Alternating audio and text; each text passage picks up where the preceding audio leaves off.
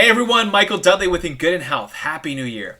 I have an awesome patient success story I want to share with you today between our care navigator Tiffany and her patients John and Jane Doe that revolve around leading by example. As a background in Engooden Health, we are hired by a primary care practice to be able to reach out to their patients every single month and through education, coaching, and accountability, help them make lifestyle changes, ones that keep them out of the hospital. In this story, Tiffany calls Jane, who was very depressed on the call. Jane got into an appointment with her husband, John, who had put on some weight over the holidays, and his test showed this A1C score and cholesterol levels had gotten worse since last time. Jane knew John hadn't been working out as much as he used to, but Jane took it personal because she makes these home-cooked meals every single night from scratch and takes pride in her cooking for him.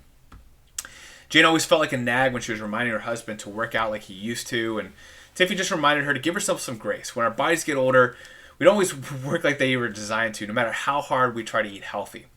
Tiffany also talked about some changes she could make in her recipes to be able to help lower the cholesterol, and to remember to take pride in her cooking.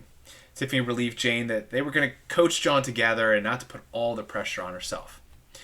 Then the conversation shifted. She asked Jane how she was doing with her exercise. Jane stated that she felt that she didn't really want to deal with the younger crowds at the gym, but she did want to become healthier. She did want to become more active, but just was not motivated. Tiffany asked Jane if there was a park or a favorite place outside she'd like to visit. And Jane mentioned actually a park next to their house that had a track in it. So Tiffany asked if she'd like to listen to music. Jane lit up. She said, "Of course I do. I love my alone time." Tiffany then suggested checking the weather for the week and be able to plan what days she could take a walk and aim for about a mile. Jane replied, "Yeah, I could do that. Never thought of doing it that way, but that's an excellent idea. Thank you." They set some goals for Jane and just reminded her that this is not a marathon and just take it a day at a time. Jane was very positive and excited for her new goal. Additionally, Tiffany mentioned to Jane that when John sees Jane motivated to get her exercise, to prioritize her health, and seeing some changes in her body, energy, happiness, John also will be motivated to take control of his health too.